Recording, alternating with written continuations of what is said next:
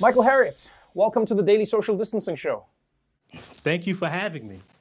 Some people know you from The Roots, a publication that has made a name for, honing in on black issues, whether it's in news or culture. Some people know you for your amazing historical Twitter threads. But right now, a lot of people want to know you as the guy who can predict the election. Do you know what's going to happen? So I don't pretend to know what's going to happen. All we can go by is history. And, one of the things that we can be sure of is that we will not see anything new.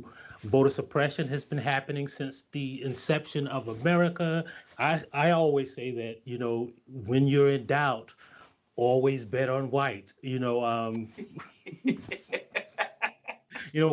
White people are going to white, and that's one thing that we can always be sure of. So we will see America be America again tomorrow, I'm sure, whatever the outcome may be.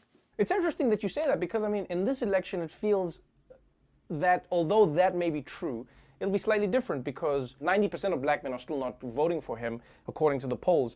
But Trump is doing better than previous Republicans with black men, specifically black men under the age of 50. What do you attribute that to? Well, one of the things I attribute it to is that it's a misconception. There is no evidence, and I wrote about this recently, that black men or black voters are flocking to Trump. There is a contingent of black men who vote Republican, and it's been the same for the last 40 years. Ronald Reagan got 13%, George Bush got 13%, George Bush the father got 12%. So there's always been about 10 to 13% of black men who are voting for Republicans because the truth is, men are more likely to vote Republican. It's just a reality in politics.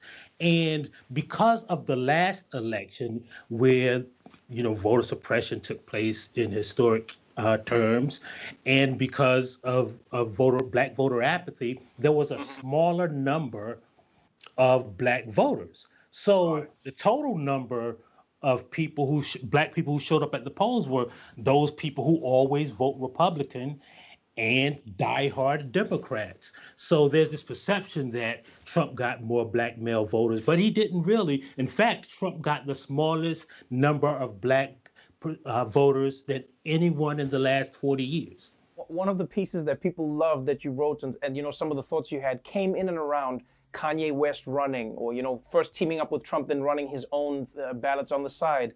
50 Cent or Lil Wayne.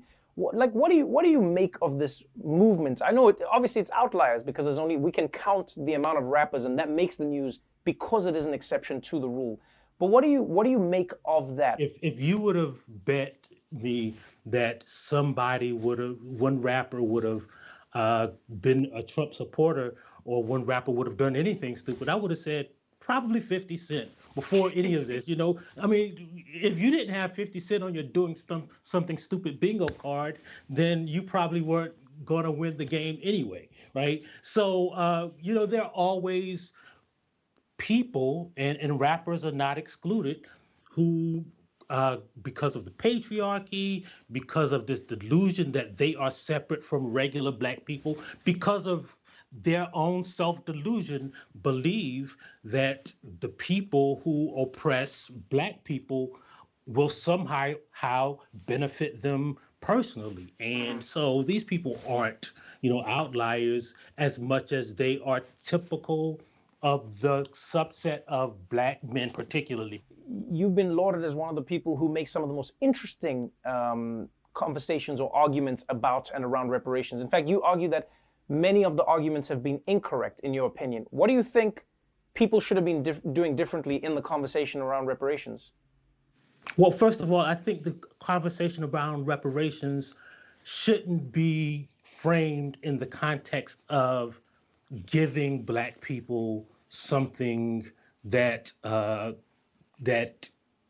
America, like white people giving something to black people. The truth is that this is an investment of sweat equity, of blood, of sweat and tears that black people have paid into this capitalist investment of America that we haven't seen the dividends returned upon us. And part of the problem is that we frame so much of that around slavery, right? Think about after slavery, when all of the black people in America who had a job, who worked, they paid the same taxes as white people. They paid the same city taxes, they paid for the same garbage, and they didn't get the benefit of going to those schools. They couldn't go to most of the colleges in America. So we were paying into a system that was stealing our money and giving it to white people. So when we think of reparations as a redistribution of wealth, we should actually come out and say that because they have participated for 400 years in a massive redistribution of our wealth, of our sweat equity, of our work, and our money. Before I let you go, Election Day is coming up tomorrow. And the big question I think a lot of people will have is where to from here, especially for people of color and predominantly black people. As someone who always looks backwards at history for your answers, what do you hope to see if, let's say, Biden and Kamala win on that ticket? First of all, he's going to have to spend a lot of time correcting the damage that Trump has done. But I hope that the Democratic Party and politics as a whole can see what black people have done for this America. We've rescued it from the cliff that is Donald Trump, right? And so I hope that they will put that into actual sustainable policies that will correct the injustices and inequities that we've seen for so much. And I hope that America can see that the only way that we can have a stable country is to give the promise of America to the people who have been specifically excluded from America's middle class, economically, socially, and politically for so long. And if we do that, we will have a more stable country. We will have a more stable political system. We will have a more stable economy, and we won't be dying in the street from pandemics or poverty or all of the things that kill us disproportionately in America. Michael Harriot, I appreciate you taking the time. I'm looking forward to your reading and catching up with you after the election. I'm looking forward to seeing more of The Daily Show.